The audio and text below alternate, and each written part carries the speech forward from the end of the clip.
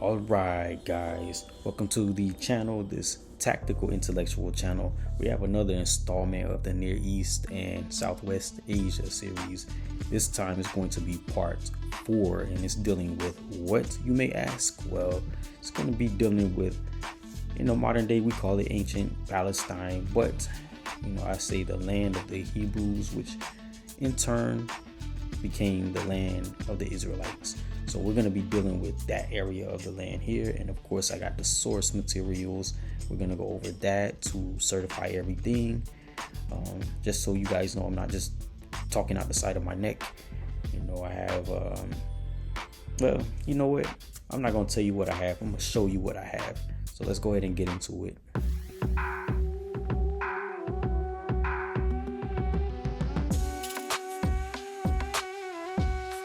So as you see for yourself, these are some of the sources that I will be drawing from to bolster my point and just put everything in context and in proper order, all from an educational and intellectual standpoint.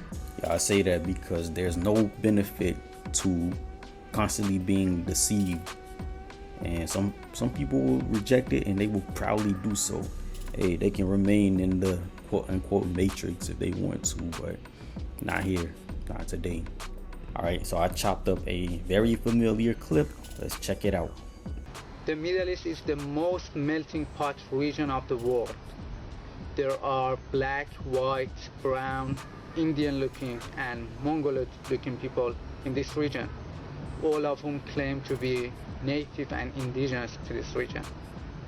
That just goes to show how strong that usage has been impressed into the minds of everyone around the world. Someone who's from the region of the Near East, they had that beat into their mind, Middle East, Middle East, Middle East, instead of Near East. I mean, it is what it is, but he is correct. That area does have a lot of different people, different types of people, different races of people, all vying for that title of original indigenous people. So we're definitely going to get into that and speak on that, but let's first speak about those Canaanites. Now, initially, I wanted to go over Donald B. Redford's book, Egypt, Canaan, and Israel in Ancient Times, but seeing that I only have 19 minutes of talk time left at this point, I found a video on YouTube that sums everything up nicely so I can save this book. That just means that I can utilize the information in this book in a future presentation in regards to the Canaanites. So without further ado, let's go ahead and go into the video I found on YouTube. So to understand the origins of the Canaanites, and thus Israel, one has to go back to when humanity first came out of Africa.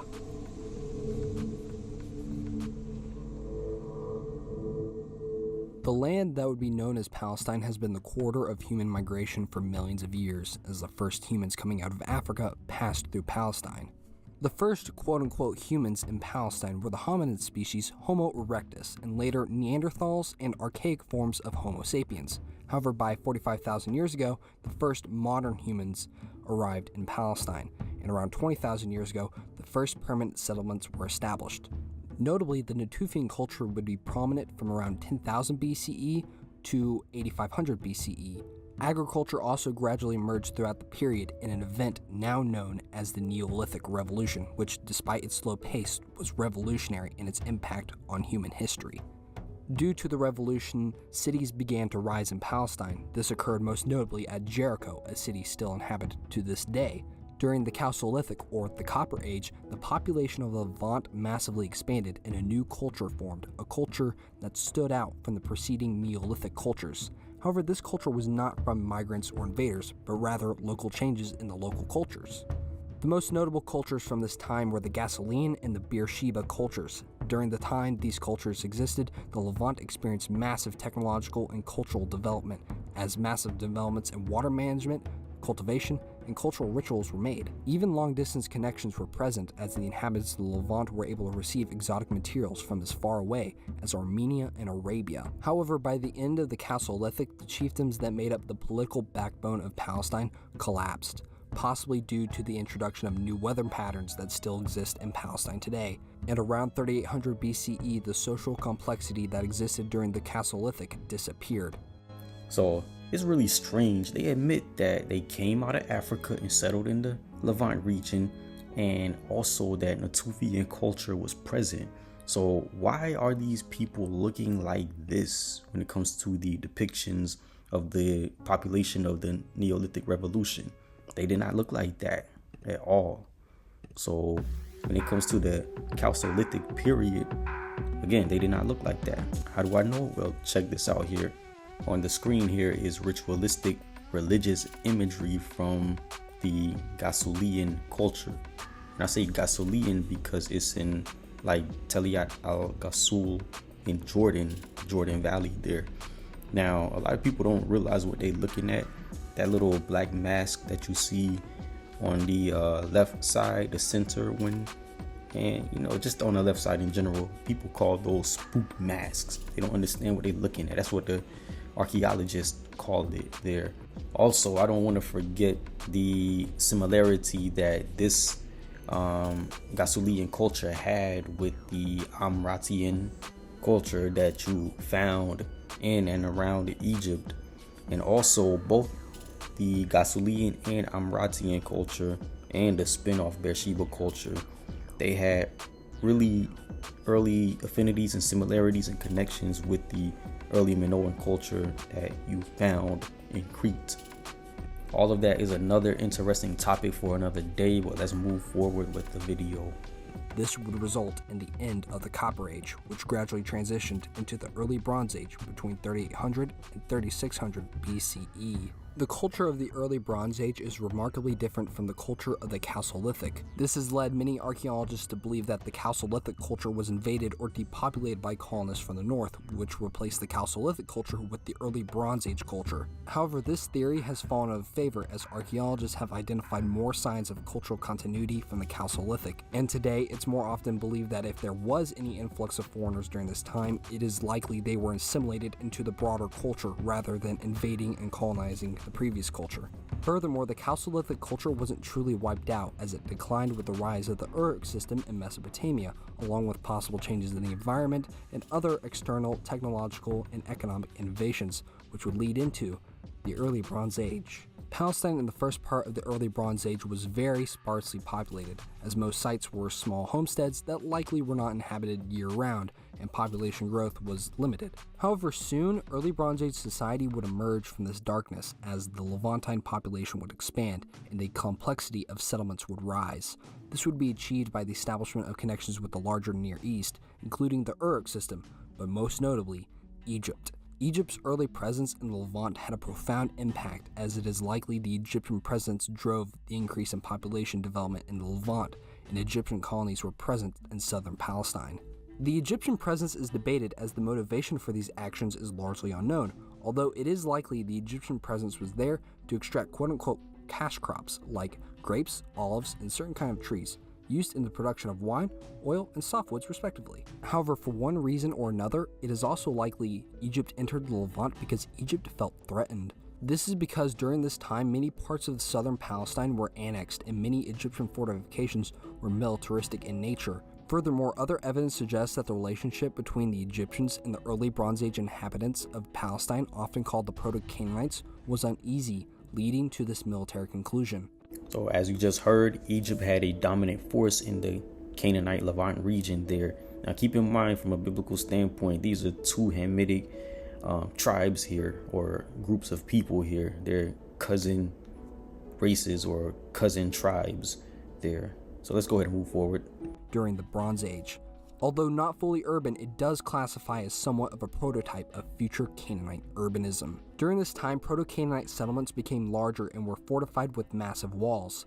The first phase of this era was relatively uniform culturally speaking, but this system would collapse as the Proto-Canaanites would abandon many of their settlements and variance in inequality would return. However, this early prototype urbanization would continue as settlements would become more fortified and complex. The material culture would also become more complex as the somewhat foreign Kibbutz Kerak Crimaic tradition would become widespread, especially in the Jordan and Jezreel valleys. Contact with Egypt would continue mainly in the form of trade, but Egypt would also occupy the Sinai Peninsula to exploit turquoise mines there. But this would end as the first urban system of the early Bronze Age would collapse between 2500 and 2400 BCE, as most Proto-Canaanite sites were abandoned, most likely due to political and socio-economic changes. It has been proposed in the past that this was due to Amorite invasions from the north. However, this is not accepted anymore, and the collapse of the urban system is likely to have been caused by a hotter climate and deforestation. Regardless of the reason why the collapse occurred, this spelled the end of the early Bronze Age and the beginning of what is called the Intermediate Bronze Age. Palestine during this period was very regionalized, as 6 different families of material culture existed. However, despite this, the Intermediate Bronze Age was also a period of interconnectivity, and this period should be seen more as a regeneration of urban society rather than a complete regression. Nah, sure, I really don't know. Can you just discount and discard the entire notion that there was an Amorite invasion that took place? Let's see. The Middle Bronze Age began to rise by the mid-20th century, around 1950 BCE. From this point forward, archaeological data is no longer the sole source of ancient Levantine life, as textual records discussing the Levant began to be made. This gives us a very intricate portrait of what the politics and the people of Canaan were like. Also, due to their geographic proximity, the history of Palestine and Canaan cannot be discussed without mentioning Egypt, as the rise of the Middle Bronze Age coincides with the rise of the Egyptian Middle Kingdom. Some of the first records of Proto-Canaanite groups possibly occurred during the First Dynasty in the 4th millennium, during the final stages of the early Bronze Age, but the first definite mentions of the inhabitants of Palestine were made during the 6th Dynasty. This happened around the time of the Intermediate Bronze Age, underneath the pharaoh Pepi I, during Egypt's expenditures in the Sinai Peninsula. These campaigns mentioned sand dwellers, or Asiatics, a prevalent stereotype that would become common for the inhabitants of Palestine in Egyptian society. This is significant because with the start of the Middle Bronze Age, kingdoms arose in Syria and Mesopotamia that belonged to the people group known as the Amorites, or Amaru. While the population of Canaan was not Amorite, many of its elite were, or at least adopted Amorite values, and this is represented through the kingship values of these Canaanite city-states. Other outside groups were also present in Canaan during this time, such as the Hurrians, and the Hurrian presence would also intensify in later years. The beginning of the Middle Bronze Age was a time of regeneration, although this regeneration was not constant. During this time, Palestine was semi-nomadic and tribal. However, after this regeneration occurred, Canaan emerged as an urbanized society. As this occurred, small fortifications began to appear, and a feudal-like system began to emerge between the urban elites and the pastoral peasants. While fortifications did exist during the early Middle Bronze Age, a truly urbanized society did not exist until around 1800 BCE. From 1800 BCE to 1600 BCE, Canaanite society experienced its golden age. During this time, Canaan's population was around 140,000, and while this is less than the early Bronze Age, culturally and economically speaking, Canaan was flourishing. Trade intensified between outside kingdoms such as Egypt, Anatolia, and many Mesopotamian kingdoms. In this trade, Canaan primarily bartered textiles, luxury goods, and metals, and cities such as Lachish, Megiddo, Beshin, Dor, Byblos, and Ashkelon were prominent in this trade. The most notable is the city of Hazor. Hazor was a massive player in Canaanite politics throughout the time period, as it economically dominated northern Canaan. Although Hazor technically wasn't Canaanite, as it was more so involved with the Syrian city-state community. Furthermore, the northern Syrian Amorite states of Yamahad and Katana as well virtually dominated Canaan economically and politically. But also, during the Middle Bronze Age, Canaanite culture was also exported out of Canaan. Regarding that last point about the culture being exported, well, the culture followed the people. The people left first and took their culture with them. So, I mean, it was a mix. You had Egyptians, then you had a presence of a lot of people, Amorites and everything. But the main takeaway of this is the lineage, the type of people. They were melanated people here, as evidenced by these images that I am showing. These are of the later Phoenicians, you know, the Phoenician branch of the Canaanites here. Now, that's way down the line. So I mean, these are Shemitic Negro people here. Of course they're gonna look like that and have those facial features, so to speak. But let's go ahead and move forward. This is not about the Canaanites here. We just had to highlight them a little bit. I'll definitely devote a series to the Canaanites and culture and everything, customs, traditions, and all of that stuff. But let's go ahead and go into the next group to inhabit the Palestinian or Levant or Canaanite land. Before I get into everything, here's the disclaimer. I'm not affiliated with any religions, no movements, and certainly no hate groups. And the views that I espouse are of my own here. I'm not connected to any authors, journalists, or media outlets here. So we're just talking about cultures of antiquity, and this platform just retells their story as they were documented back then.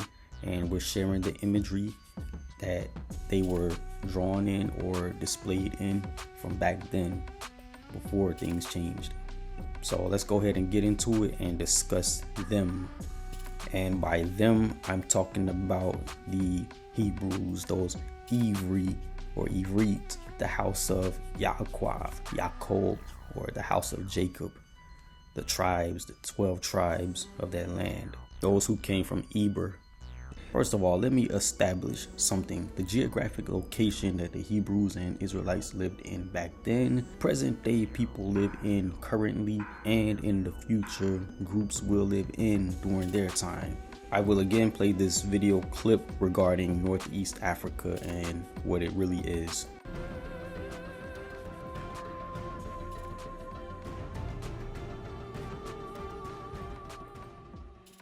We consider Israel to be Northeast Africa. We are living here in the southern portion of Israel in what is known as the southern Judean mountains. And of course, we have to make this clear that Israel predates any Palestinian connections here to this land. When you look at the name of Palestine, it was the name that the Romans gave to the land formerly known as Judea. Now, I didn't say Jewish or Judaism, but Judea. So the Judeans were the people that actually lived in this portion of this land prior to it being named Palestine by the Romans. So this is what we consider to be Northeast Africa.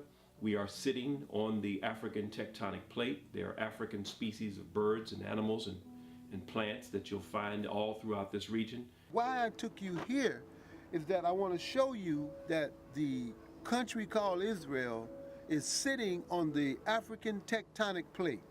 It's like all continents are sitting on a plate, okay? Mm-hmm. And these plates, sometimes they slide in, and they rub one another. And see, and what happens, that's what happens when earthquakes happen. The plates begin to slide among one another, and if you get a crack in one of the plate, magma will come up, like a volcano. Mm-hmm. A magma will come up, and it will cause, great devastation because of the volcano, but it's because of the shifting of these tectonic plates.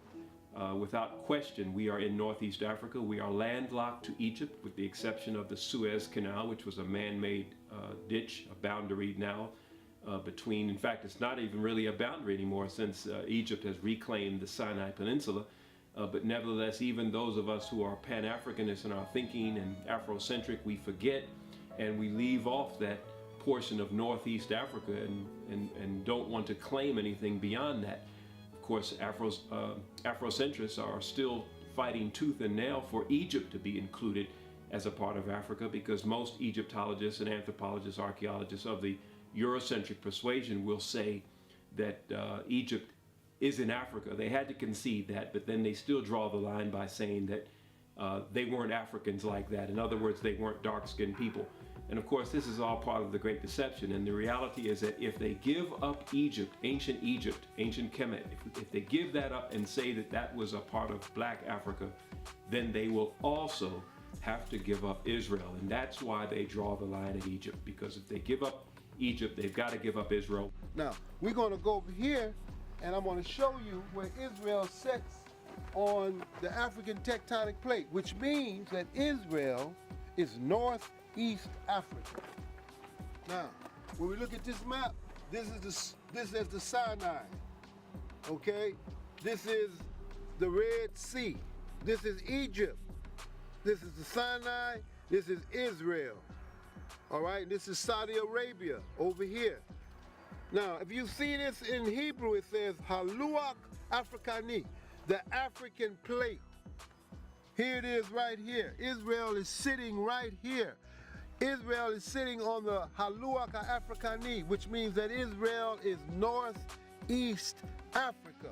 There is no Middle East area. If you sit here in Israel, you have a border with Egypt. So Egypt is in Africa. So how I can say this is Middle East? To me, it's Africa land. All right, so I have the Jewish almanac here, and it's from what year? All right, so you see that it's from October 1980.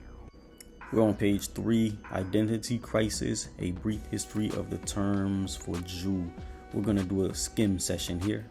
It says, strictly speaking, it is incorrect to call an ancient Israelite a Jew or to call a contemporary Jew an Israelite or a Hebrew. The first Hebrews may not have been Jews at all, and contemporary Palestinians, by their own definition of the term Palestinian, have to include Jews among their own people. Although in choosing the name Palestine for their homeland, they have picked a name that originally signified the opposite, an enclave of foreigners. A Zionist in the strict sense is not an expansionist. The original Zion was only a single hill in Jerusalem, not a whole land, much less from the Nile to the Euphrates, as the maximalists maintain. So you guys can pause this and read the entire 2 paragraphs here, but on the first paragraph, it says, strictly speaking, it's telling you that it's incorrect to call an ancient Israelite, a Jewish person or Jew, and then a contemporary Israelite a Hebrew. Okay, it's a difference. This presentation, I will only be discussing the Hebrew and the Israelite and the Ephraim, the house of Jacob. I'll talk about the Jew and the Jewish people later on in a separate video presentation. But let's go ahead and find out why there is a difference and what the difference is anyway. So I have this book, Facts Are Facts, and we're going to do a simple rundown because we're building a case as far as usage goes, and then we're going to move on to the next point. So now notice what it says in this highlighted portion here in regards to the lingo. It says, without any fear of contradiction based upon fact, the most competent and best qualified authorities all agree today that Jesus Christ was not a so-called or self-styled Jew. They now confirm that during his lifetime, Jesus was known as Judean by his contemporaries and not as a Jew, and that Jesus referred to himself as a Judean and not as a Jew. During his lifetime here on earth, Jesus was referred to by contemporary historians as a Judean and not as a Jew. Man, can you feel the emphasis on that? They were heavy on that. On page 565, the highlighted portion down below in blue says, in Latin, in the lifetime of Jesus, the name of the political subdivision in the Middle East or Near East, known in modern history as Palestine, was Judea or Judea. The English for the Latin Judea is Judea or Judea. English Judean or Judean is the adjective for the noun Judea. The ancient native population of the subdivision in the Middle East or Near East, known in modern history as Palestine, was then called Judaeus in Latin and Judean in English. Those words identify the indigenous population of Judea in the lifetime of Jesus. So in regards to the religious link or connotation that the word Jew has, a lot of people question, okay, is it connected to religion? Well, page 607, we're going to read that and find the answer.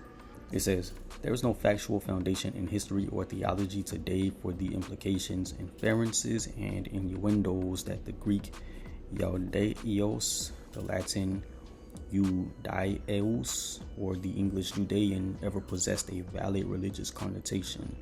In their three respective languages, these three words have only indicated a strictly topographical or geographic connotation. In their correct sense, these three words in their respective languages were used to identify the members of the indigenous native population of the geographic area known as Judea in the lifetime of Jesus. There was not a form of religious worship practiced in Judea or elsewhere in the known world which bore a name even remotely resembling the name of the political subdivision of the Roman Empire, i.e., Judaism from Judea. No cult or sect existed by such a name. So if that's the case, when did it come on the scene? Well, let's go to the bottom portion. It is an incontestable fact that the word Jew did not come into existence until the year 1775. Prior to 1775, the word Jew did not exist in any language.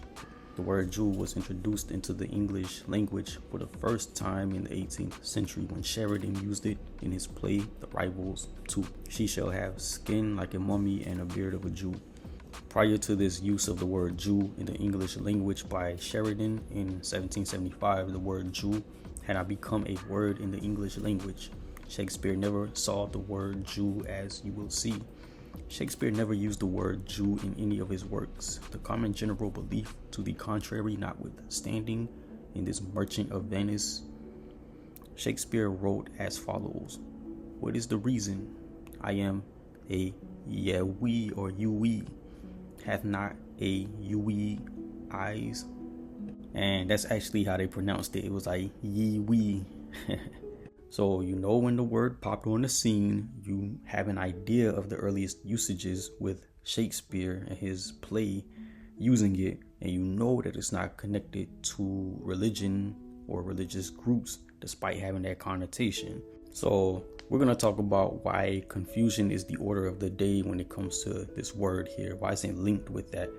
Well, let's go ahead and check out page 718, and it says, "The secondary meaning for the word Jew today has practically totally eclipsed the original and correct meaning of the word Jew when it was introduced as a word in the English language." Here's the remedy to all of this here.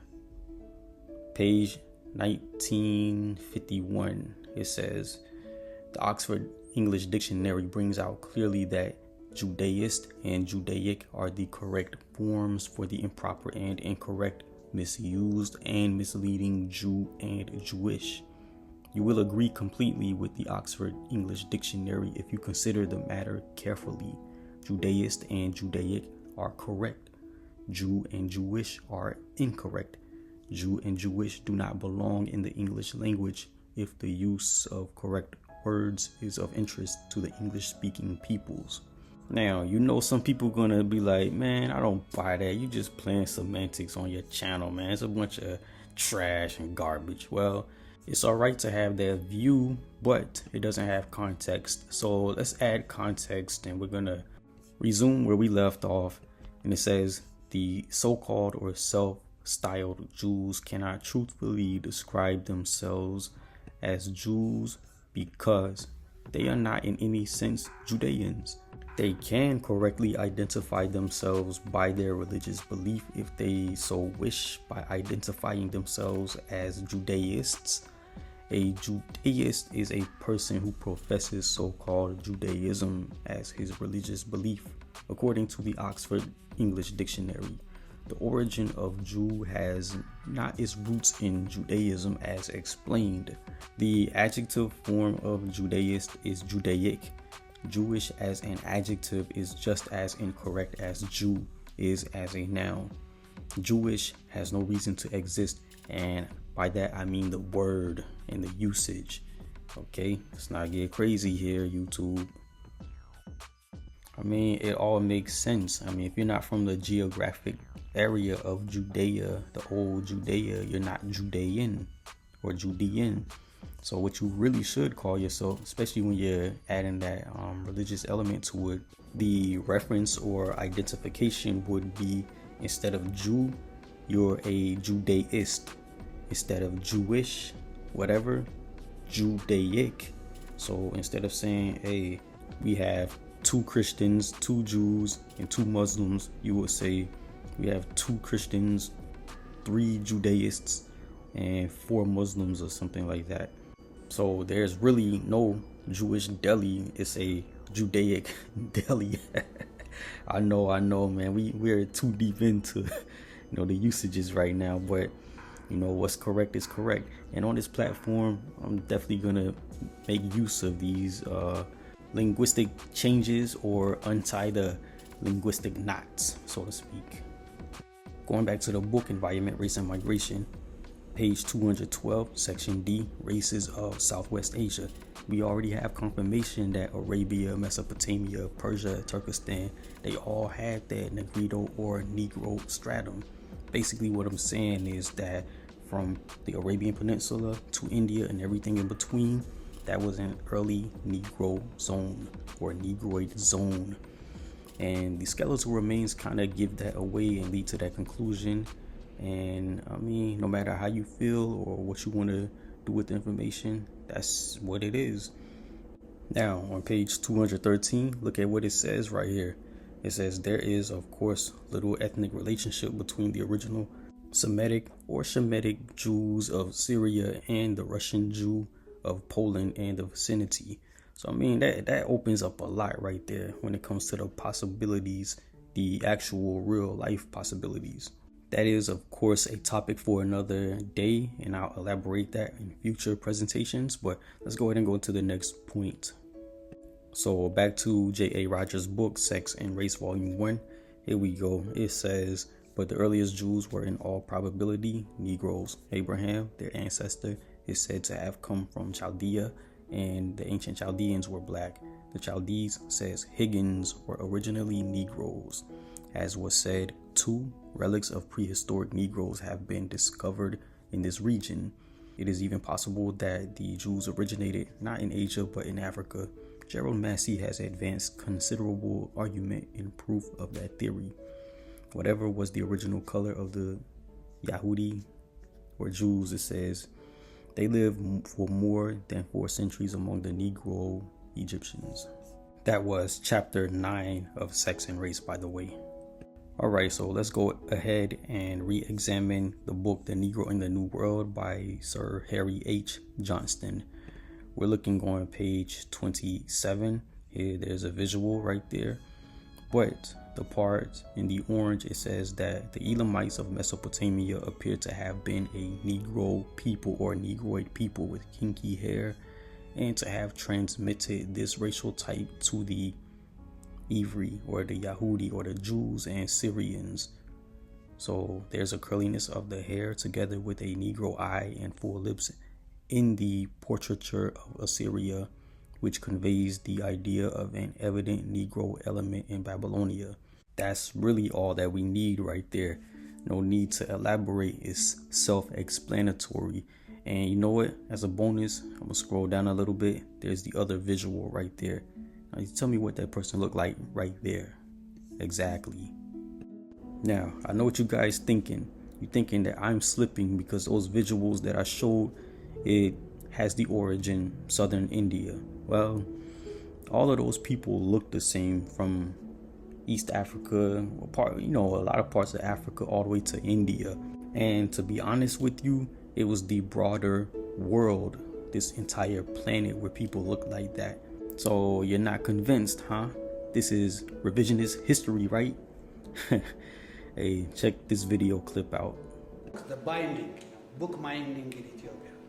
The cover, wooden board cover, as you see. Everything is made at home.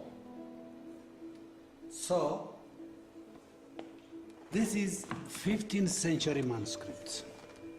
Sometimes, it's amazing that, people in the 15th century, were they, aware of color?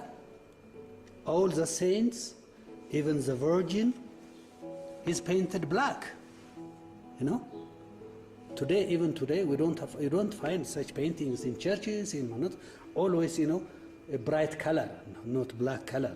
So, it has to be studied very, very well, you know, this type of documents. Look, even the evangelist, this is Matthew, you know, and the harag or the decorations, all this, you know. That was a very interesting video. I say that because the Ethiopians, they have a pretty old culture themselves, and they have pretty old records spanning back during that time. So you know that they kept records and had documentations that conveyed the correct portrayal of these Hebraic people and even Hamitic people and other Shemitic peoples. This isn't feelings over facts, but facts over feelings. Now, switching over to the Canaanite section, we already had that video that talked about the Natufians, and then it spoke about the material cultures, i.e. the Gasulian and Beersheba cultures that they shared with the Aegean and parts of Egypt. So I mean, that's that. I'll definitely elaborate on future video presentations, but this is the end of part 4. Part 5 will come out next week. Thanks for the view, and you guys take care.